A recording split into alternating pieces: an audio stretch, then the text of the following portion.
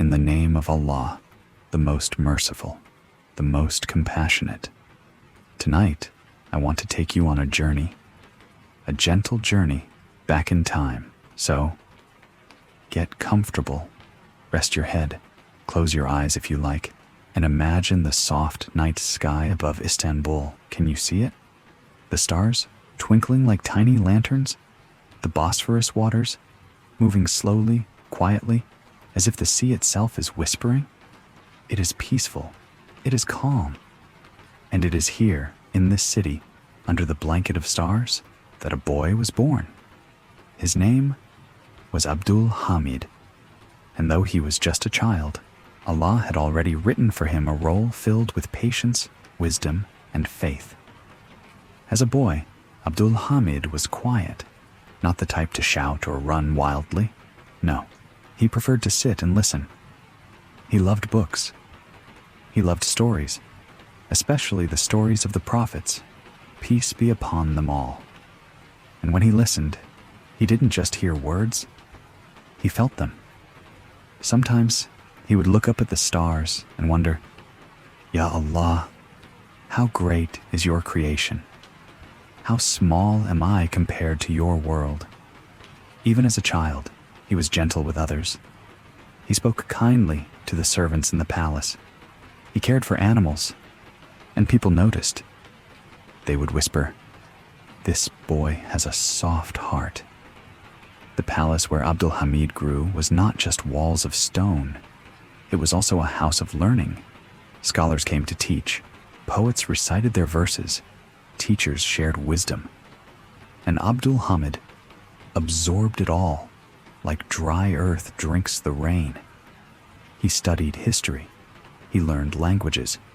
And he asked deep, thoughtful questions like, how did the Prophet, peace be upon him, guide his people? What makes a ruler just? He wasn't interested in power. He was interested in understanding. That's what made him different. Sometimes at night, when the palace was quiet, Abdul Hamid would slip into the gardens. Imagine the sound of water fountains, the scent of jasmine in the air. He would pause, look up at the moon, and whisper a dua. Even as a boy, he knew that the biggest strength a person could have was turning back to Allah. Once, while listening to stories of the great caliphs, Abdul Hamid's eyes filled with tears. He thought to himself, how can anyone carry such a heavy trust? How heavy is the amana of leading people? And so, from a young age, his heart became tied to dua, to prayer, to asking Allah for guidance. The Ottoman Empire was vast, so many lands, so many people.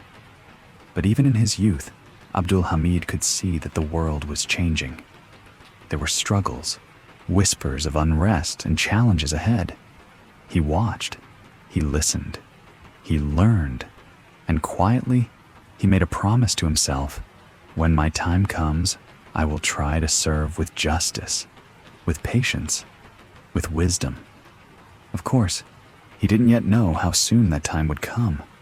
For now, he was still just a young man, walking under the moonlit sky, holding on to dreams and holding on to his faith.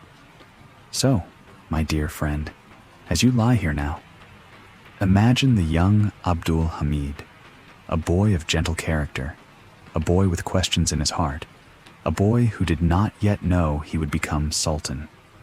But Allah was already preparing him, strengthening him, filling him with compassion. The story of Sultan Abdul Hamid has only just begun, and soon we will walk with him as he steps into his role as leader. But for now, let your heart rest, breathe slowly, and remember, just as Allah guided Abdul Hamid, Allah guides you too. Sleep gently under the same stars that once shone above him. Now that you know Abdul Hamid as a boy, let us walk with him as he steps into his destiny. The year is 1876. The city is still Istanbul, the beating heart of the Ottoman Empire. The domes of Hagia Sophia rise above the skyline, and the call to prayer echoes from minarets, just as it does today. But the empire itself is restless. There are whispers of rebellion. Foreign powers watch closely, waiting for weakness.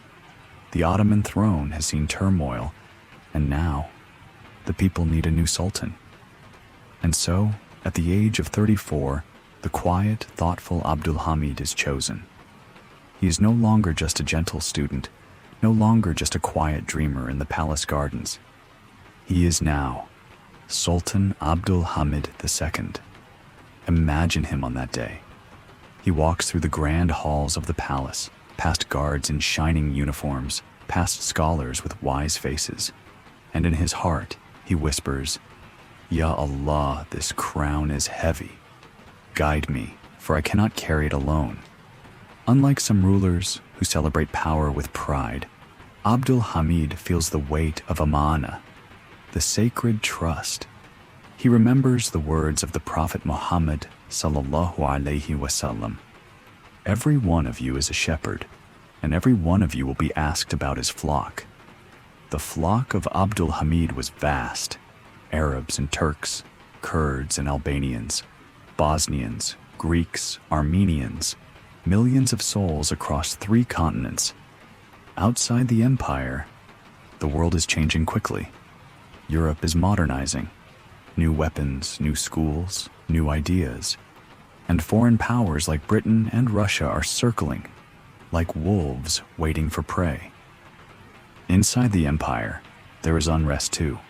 Some call for reforms, others for rebellion. The treasury is weak, debts are high, and war is never far away. For most men, this burden would be too much, but Abdul Hamid remains calm. He moves slowly, carefully, like someone crossing a bridge in the dark, placing each step with thought and prayer. Abdul Hamid knows he must protect the unity of the Muslims, so one of his first steps is to strengthen education. He builds new schools, not only for soldiers and officers, but for ordinary children, so that the next generation would be guided by knowledge and faith. He also strengthens the army, knowing the empire's enemies would not rest. But even as he works with soldiers, he never forgets his true weapon, dua. Late at night, when the palace is silent, he is found praying.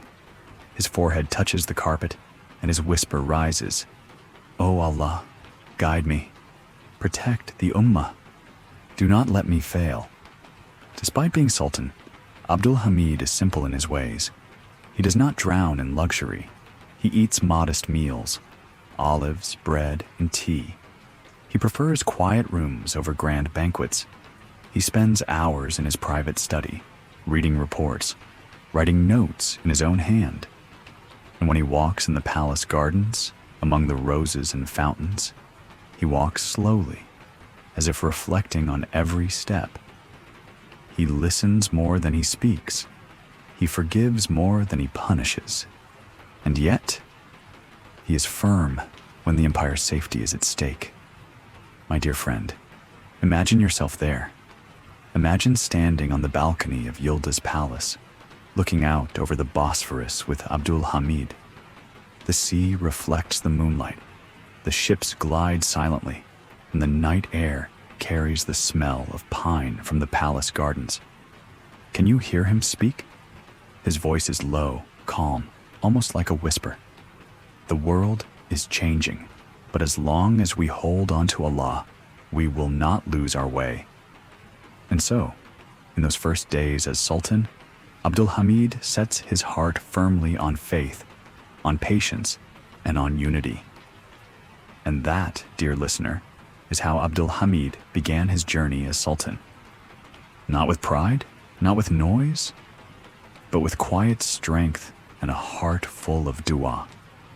He knew the years ahead would bring storms, but like a captain steering his ship through the night, he trusted that Allah's light would guide him across the dark waters.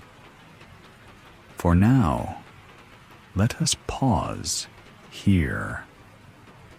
Rest in the calm of this night, knowing that even in times of trial, Allah sends leaders with hearts of faith. The night is still calm in Istanbul, but storms are gathering in the distance. For a sultan, peace is never permanent. And for Sultan Abdul Hamid II, those storms came quickly. Only 2 years after his reign began, in 1877, the empire was forced into war with Russia.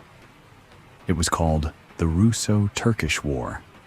Imagine the scene, my friend. Snow falls thickly over the Balkans. Soldiers march through frozen forests. The clash of cannons echoes in the mountains. And in Istanbul, the Sultan receives news each day. His face is calm, but his heart carries the weight of every lost life. The empire's soldiers fought bravely, but the war was bitter. Many lands in the Balkans slipped away. The empire grew smaller, weaker. Yet Sultan Abdul Hamid II did not despair. He knew that empires rise and fall, but faith endures forever. At night, as war raged, his prayers were long, his whisper carried only to Allah. Do you know, dear listener, that the eyes of the world were fixed on him? British diplomats, Russian generals, French ambassadors, all plotting, all waiting. They called the Ottoman Empire the sick man of Europe. But Sultan Abdul Hamid II was not sick in spirit. He was sharp, he was watchful, and above all, he trusted Allah more than he trusted any throne or treaty. Sometimes he would remind his advisors, "We are not just a government. We are the guardians of the Khilafah. As long as the name of Allah is called in the Azan, we are alive." When the war ended, treaties were signed. Land was lost. But Sultan Abdul Hamid II knew sometimes survival itself is victory. Like a shepherd protecting a weakened flock, he drew them closer, held them together. He focused on what could be rebuilt. He turned his eyes to education, building hundreds of schools. He turned his heart to unity, calling Muslims across the world to remember their shared faith. And he spoke gently to his people, not with loud speeches, but with small, steady actions. He would visit the sick. He would sit with children.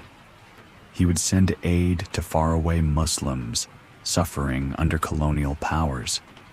To the outside world, he was the Red Sultan, watched with suspicion. But to those close to him, he was a quiet man of prayer, patience, and vision. Picture him again in the gardens of Yildiz Palace. The war has ended. The empire is bruised, but alive. He walks slowly under tall cypress trees. Birds sing softly in the branches. The Bosphorus shimmers in the distance, and he stops by a fountain. The water ripples gently, and he whispers to a trusted advisor, "They think we are weak, but strength is not in cannons.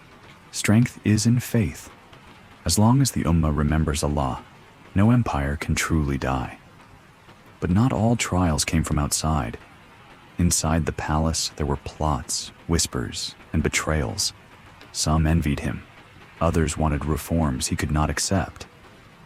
Abdul Hamid knew he could not trust every smiling face, so he relied on observation. He listened carefully. He watched quietly, and he made his decisions with patience. Like a captain steering through a storm, he did not rush. He did not panic. Step by step, he guided his ship forward. Despite all the politics, Abdul Hamid never lost his softness. He loved poetry. He wrote verses himself, delicate words about love, faith, and hope. He enjoyed music, listening to the gentle strings of the oud in the quiet halls of the palace. He admired calligraphy, the flowing art of Quranic words written like rivers of ink, and most of all, he loved the Quran itself. Every day, its recitation filled the palace like a breeze of light. Sometimes, after a long day of heavy decisions, he would sit alone, listening. The words of Allah comforted him more than any crown, more than any throne. So, my dear friend, what do we see? We see a sultan who faced wars, betrayals, and endless pressure. But he remained steady. He did not collapse. He did not surrender. He stood firm because his heart was tied not to the world, but to the one who created it. And that is why, more than a century later, people still remember him. Not for his riches, not for his palaces, but for his patience, for his wisdom, for his unshakable faith. My dear friend, you've seen Abdul Hamid as a boy, as a new sultan, and as a leader facing storms. But perhaps the most beautiful parts of his story are found in the quiet, real moments of his life, where his character shone brightest. Though he lived in grand palaces, Abdul Hamid lived simply. While banquets could be prepared for him, he often preferred a small meal, a little bread, some olives, and tea. Once, when a servant brought him too many dishes, Abdul Hamid looked at the table, then smiled softly and said, "Why all this? I am but a man. Bread is enough." His words spread through the palace, a reminder that greatness is not in what we eat, but in how we live. Abdul Hamid's heart was especially soft toward children. He believed that orphans carried a special place in the mercy of Allah. He personally ordered schools and shelters for orphans to be built. But he didn't stop at signing papers. There are stories of him quietly visiting these schools, speaking to the children with kindness. He would bend down to their level, ask about their lessons, and sometimes slip small gifts into their hands. He wanted them to feel seen, cared for, loved. For Abdul Hamid, leadership was not about ruling over the strong, but lifting up the weak. Even beyond the empire, Muslims in faraway places looked to Abdul Hamid as their protector. From India, from North Africa, from lands under colonial rule, letters came to Istanbul, asking for help. And Abdul Hamid answered. He sent aid, food, money, and sometimes even teachers and scholars to strengthen communities. He saw himself not only as Sultan of the Ottomans, but as Khalifa of the Muslims, a shepherd for the whole Ummah. And though the empire's resources were strained, he gave what he could, trusting that Allah would bless what remained. Perhaps one of the clearest moments of his heart was in his decision about Palestine. In the late 1800s, a man named Theodor Herzl came to him. Herzl represented a movement that wanted to buy land in Palestine to create a new homeland. He offered Abdul Hamid large sums of money, enough to ease the empire's debts. But Abdul Hamid refused. He is reported to have said words like, "I cannot sell even a handful of soil from Palestine, for it is not mine. It belongs to the Ummah. My people fought for this land with their blood, and it belongs to them. Let the Jews keep their millions. If the empire is destroyed, they may take Palestine for free. But as long as I am alive, I will never sign it away." This, my dear friend, was not just politics. It was faith. It was an amana. It was the heart of a man who placed honor above gold. Abdul Hamid was also known for his caution. He trusted few, for he knew that enemies plotted even inside the palace. It is said that he would read reports himself, often late into the night, making notes in his own handwriting. No detail was too small for him. He wanted to know the truth, not just the words of those who sought to please him. Sometimes he would pace slowly in his study, stopping by the window to gaze at the Bosphorus, thinking, reflecting, praying. He carried the empire in his heart, but he never let pride blind him. And yet, despite all this responsibility, he never forgot that he was just a servant of Allah. His real strength was never in armies or treaties. It was in his sujood or prostration. Every night he returned to the prayer mat. He bowed low, whispering in the stillness, "O Allah, forgive me. O Allah, guide me. O Allah, protect the Ummah." And in those moments, the Sultan of millions was simply Abdul Hamid, a man in need of his Lord. So, my dear listener, we see that the greatness of Abdul Hamid was not in the walls of his palaces, nor in the titles before his name. It was in his choices: to eat simply when he could have feasted, to care for orphans when others ignored them, to help Muslims far away when his own empire was in need, to refuse gold in exchange for sacred land, and to bow night after night before the one who gave him life. This is why, even today, people remember him, not only as a ruler, but as a man of faith, courage, and heart. And as you rest tonight, think of his example. True strength is not loud. True power is not in riches. It is in standing firm for what is right and bowing gently to Allah in the quiet of the night. The story of Abdul Hamid draws nearer to its final chapter, but his light, like the stars above Istanbul, still shines.